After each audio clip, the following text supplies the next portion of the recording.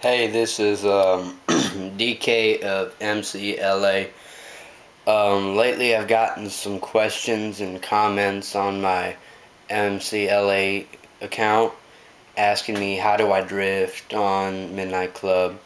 So right now I'm going to show you how to do it. Let me just let it go online. It's pretty better because you don't get all that traffic. Uh, Typical. So if you're a beginner, you might want to get an RX-8 or a 240 because that's basically what you start off with. Basically, it's pretty easy to drift. It's just setting up the car that's the easiest part.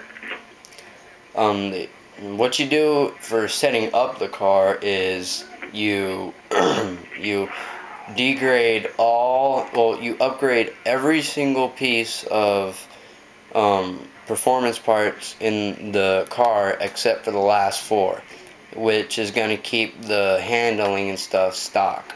So that's what you want. You want to get pretty good drift. Yeah, I'm not really a beginner. I'm just doing this to show you. In a minute I'll show you the advanced car. Actually, well, I'll just tell you right now.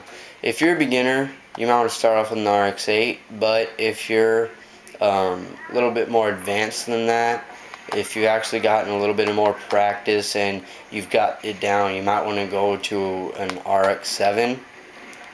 The RX-7 has a little bit more looser grip, so it's kind of a little bit harder to control, and that's what you want to get to be an expert. So yeah, that's basically it. I'm going to show you what I can do on the RX-8. RX-8 has a little bit more slide control, so you might get a faster line, but the thing is you don't want a faster line, you want a better angle, speed, and well, that's basically it. See, it's pretty easy to drift on the RX-8. It's the RX-7 that's a little bit harder, just because the RX-7 has less. Oh, how'd that happen?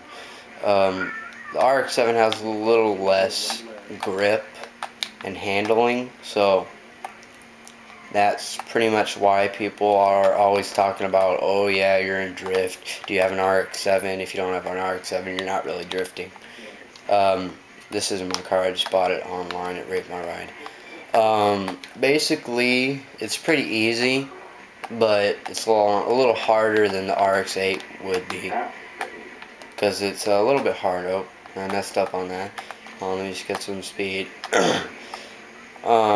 When I first started off, I started off with the RX-7, and it took me a really long time to figure it out because I was still a beginner, so it was a little hard to get the car drifting to where I wanted it to go.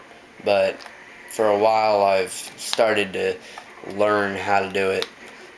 But again, it's a little bit harder, so if you want a challenge when you're a beginner, you want to get an RX-8. But if you want a really bad car that's like just basically no handling that you can drift with, you could either get an RX-7 or, well, any type of muscle car for that matter.